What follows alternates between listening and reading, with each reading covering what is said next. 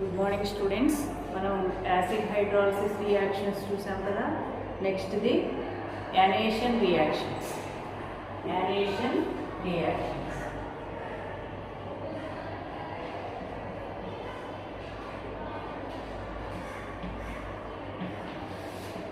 Acid hydrolysis reactions అంటే ఏమనుకున్నాం? Octahedral complex కాంపౌండ్లో ఒక లైగెండ్ వాటర్ మాలిక్యూల్తో సబ్స్టిట్యూషన్ జరిగితే ఇన్ ప్రెజెన్స్ ఆఫ్ యాసిడ్ దాన్ని యాసిడ్ హైడ్రాలసిస్ రియాక్షన్ అంటుంది. Substitution of one of the ligands from octahedral complex compound with water molecule in presence of acid is known as acid hydrolysis reaction. ఇప్పుడు యానేషన్ reaction అంటే ఏంటి అంటే దీనికి reverse అన్నమాట. అంటే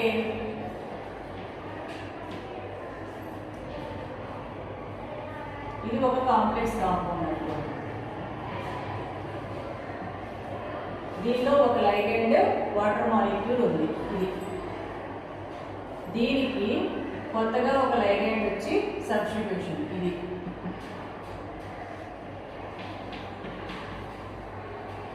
ఇవి రెండు ఇటేసాం. ఇప్పుడు మనకి ఏం ఫామ్ అవుతాయి? NH5 plus H2. అంటే ఇక్కడ ఇది రివర్స్.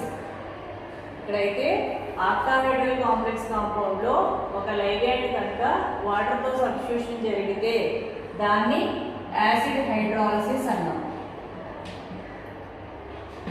యానేషన్ అంటే ఏంటి? Water molecule containing octahedral complex compound, substitution of water molecule with another ligand, substitution of water ligand from octahedral complex compound by a new ligand in presence of acid is known as yanation reaction. Yanation reactions are opposite to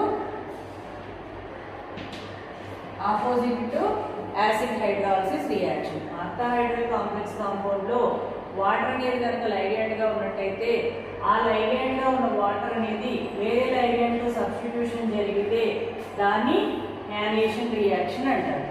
యానేషన్ reactions అనేవి మన acid hydrolysis రియాక్షన్కి opposite అన్నారు. ఇప్పుడు ఈ యానేషన్ reactions అనేవి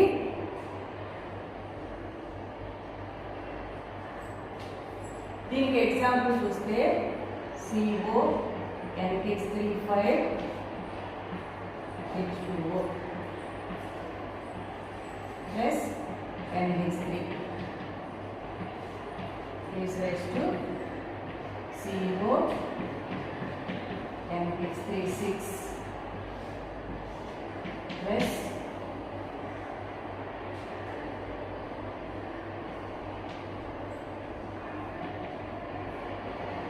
H2O. This is example for anation reaction. ఈ anation reaction ఎలా జరుగుతుంది? Mechanism ఏంటి? Mechanism of anation reaction.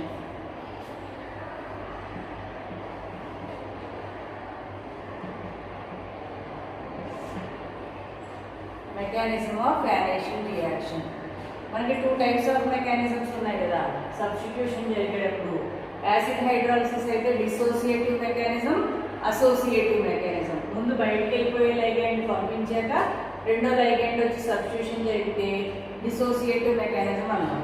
అలా కాకుండా బయటికి వెళ్ళే లైగెండ్ వెళ్లకుండానే కొత్త లైగెండ్ వచ్చి తర్వాత బయటికి వెళ్ళే లైగెండ్ వెళ్తే దాన్ని అసోసియేటివ్ మెకానిజం అన్నాం. ఇక్కడ యానేషన్ రియాక్షన్స్ అనేవి ఎలా జరుగుతాయి అంటే most of the yanation reactions occurs through dissociative mechanism.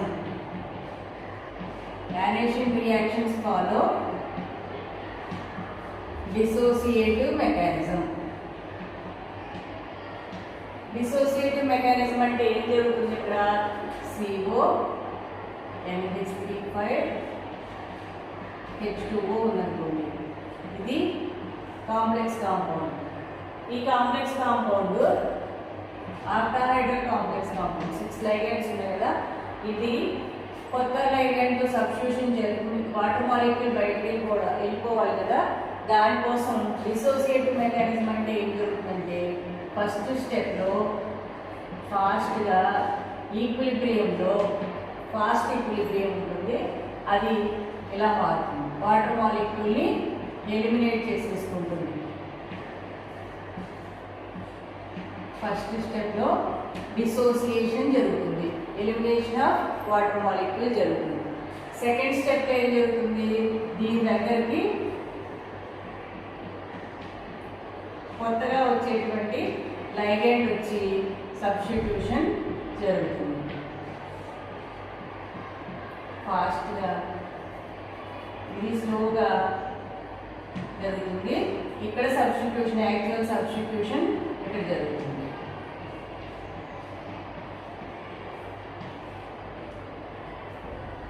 కాబట్టి anation reaction follows dissociative mechanism. In dissociative mechanism of annihilation reactions, water molecule is eliminated in the first step in fast equilibrium. Water molecule is eliminated in the fast equilibrium. In the second step, substitution of new ligand takes place in slow step. Therefore, rate of the reaction em rastam deni మీద depend అవుతుంది, slow step మీదే depend అవుతుంది. కాబట్టి rate is equal to K3 into ఇవి రెండు reactants కదా, CO NH3 3 plus next concentration of incoming ligand. ఇప్పుడు ఇది rate of the reaction for anation reaction. కానీ ఇక్కడ మనకి ఈక్విలిబ్రియం స్టెప్ ఉన్నప్పుడు ఇక్కడ మనకి రేట్ ఈక్వేషన్లో ఈక్విలిబ్రియం స్టెప్లో ఇది పాల్గొంటుంది. చూడండి, ఇది ఉంది. ఇలా ఉన్నప్పుడు ఏం చేయాలి, మనం స్టడీ స్టేట్ హైపోథసిస్ అప్లై చేయాలి. Steady state hypothesis. Steady state hypothesis అంటే ఏంటి అంటే ఇది ఈ రేట్ ఈక్వేషన్లో ఉన్న ఇది ఫామ్ అయ్యేది ఎంత ఫామ్ అవుతుందో కన్జ్యూమ్ అయ్యేది దానికి సమానము. ఇది స్టడీ స్టేట్ అంటే ఏంటి, దేనికి సంబంధించి మనం స్టడీ స్టేట్ అప్లై చేస్తున్నామో అది ఫామ్ అవ్వడం ఎంత స్పీడ్గా ఫామ్ అవుతుందో కన్జ్యూమ్ అవ్వడం కూడా అంతే స్పీడ్గా కన్జ్యూమ్ అవుతుంది అనుకోవాలి. అంటే ఎలా అంటే ఇది ఫామ్ అవ్వడం ఏ స్టెప్లో జరుగుతుంది, ఫార్వర్డ్ స్టెప్. ఇది ఫామ్ అవుతుంది స్టెప్. ఇది ఎప్పుడెప్పుడు కన్జ్యూమ్ అవుతుంది, K2లోను K3లో. కాబట్టి ముందు ఫార్మేషన్ స్టెప్ చూస్తే ఫార్మేషన్ స్టెప్కి రేట్ ఈక్వేషన్ ఏమవుతుంది, K1 ఇంటూ దాని రియాక్టెంట్ CO NH3 H2O 3+. ఇది ఫామ్ అయ్యేటువంటి రియాక్షన్ స్టెప్ యొక్క స్పీడ్. ఆ స్పీడ్ అది కన్జ్యూమ్ అయ్యే స్పీడ్కి సమానం అనుకుంటాం అన్నమాట. స్టడీ స్టేట్ హైపోథసిస్ అంటే అది కన్జ్యూమ్ అయ్యే స్పీడ్స్ ఏమేంటి, ఫస్ట్ ఇది కన్జ్యూమ్ అయ్యే speed K2 into CO NH3 3+ H2O plus next ఇంకోటి కన్జ్యూమ్ అయ్యేది ఏంటి, K3 into CO NH3 3+ into L dash. అంటే ఇది ఫామ్ అయ్యేటువంటి స్టెప్ యొక్క స్పీడ్ ఈజ్ ఈక్వల్ టు ఇది కన్జ్యూమ్ అయ్యేటువంటి స్టెప్స్ యొక్క స్పీడ్ వేసుకున్నట్టయితే ఈ ఈక్వేషన్ వస్తుంది. ఈ రేట్ ఈక్వేషన్ని నెంబర్ 1 అనుకోండి, దీన్ని 2 అనుకోండి. ఇక్కడ వరకు క్లారిటీ ఉంది కదా. డిసోసియేటివ్ మెకానిజం ద్వారా జరుగుతుంది. అంటే ఫస్ట్ స్టెప్ ఈక్విలిబ్రియం స్టెప్లో వాటర్ ఎలిమినేషన్ జరుగుతుంది. సెకండ్ స్టెప్లో స్లో స్టెప్లో మనకి సబ్స్టిట్యూషన్, యాక్చువల్ సబ్స్టిట్యూషన్ కాబట్టి rate of the reaction slow step మీద మాత్రమే డిపెండ్ అవుతుంది. కాబట్టి rate is equal to K3 into ఈ రియాక్టెన్స్ యొక్క. ఓకే స్టూడెంట్స్, రేట్ ఈక్వేషన్ ఎక్కడ వరకు వచ్చింది మనకి? రేట్ అంటే K3 into concentration of this one and incoming light. ఇప్పుడు దీనికి స్టడీ స్టేట్ హైపోథసిస్ అప్లై చేస్తే మనకి ఏమొచ్చింది? Steady state hypothesis. Steady state hypothesis apply చేస్తే మనకి ఏమొచ్చింది? K1 into CO NH3 5 H2O. అంటే ఇది ఫామ్ అవుతున్న step 3 plus CO NH2 5 NH3 5 H2O 3 plus. ఈ స్టెప్లో ఫామ్ అయింది ఫార్వర్డ్ స్టెప్. అది కన్జ్యూమ్ అయింది ఎక్కడ? K2 into CO NH3 5 3 plus into H2O రాయాలి. ఇక్కడ మనకి H2O చాలా ఎక్కువ ఉంటుంది కాబట్టి రాయము. Plus K3 into CO NH3 5 3 plus plus into L dash.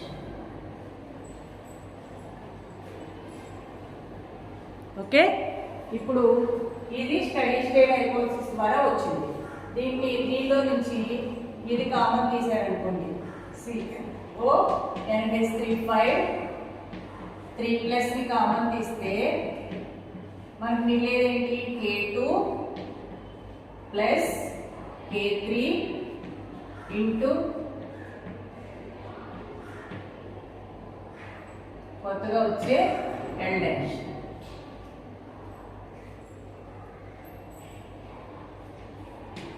ఇది K1 into CO NH3 5 H2O 3 plus is equal to forward step formation step is equal to consuming steps అంటారు. ఇప్పుడు ఇది ఈక్వేషన్ నెంబర్ 2 అనుకున్నారు అనుకోండి.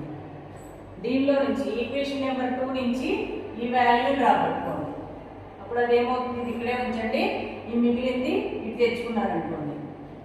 CO NH3 5 3 plus is equal to K1 into CO NH3 5 H2O 3 plus divided by K2 plus K3 into L dash.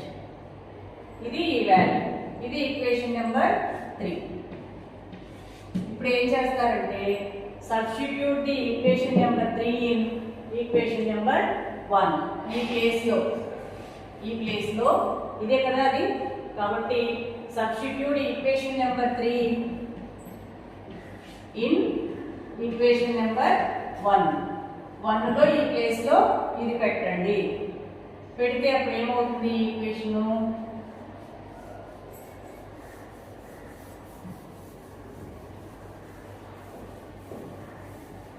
ఆ equation ఏమవుతుందంటే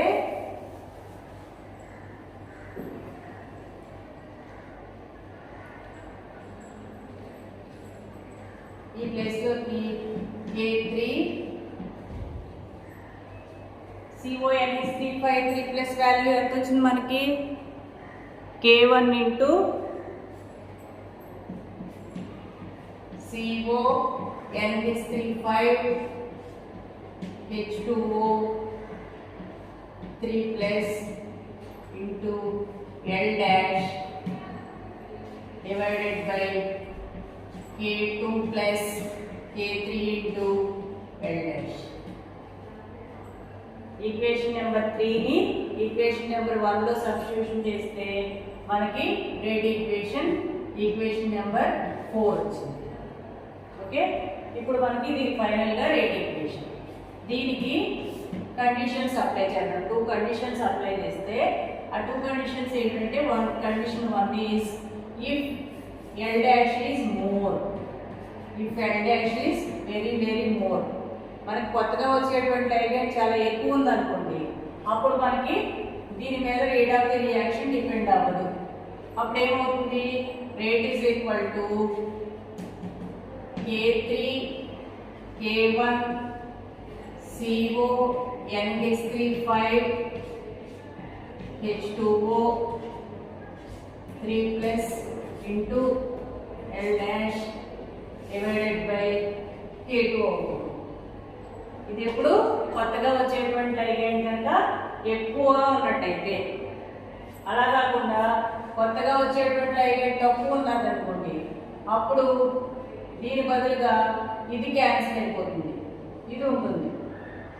అప్పుడు ఏమవుతుంది, L dash అనేది బాగా తక్కువగా ఉన్నట్టయితే సెకండ్ కండిషన్ రేట్ ఏమవుతుంది, rate is equal to K3 K1 CO NH3 5 H2O 3 plus L dash divided by ఇది పోతుంది. ఇప్పుడు ఇది తక్కువ ఉంది కదా, దీనిపై డిపెండ్ అవుతుంది.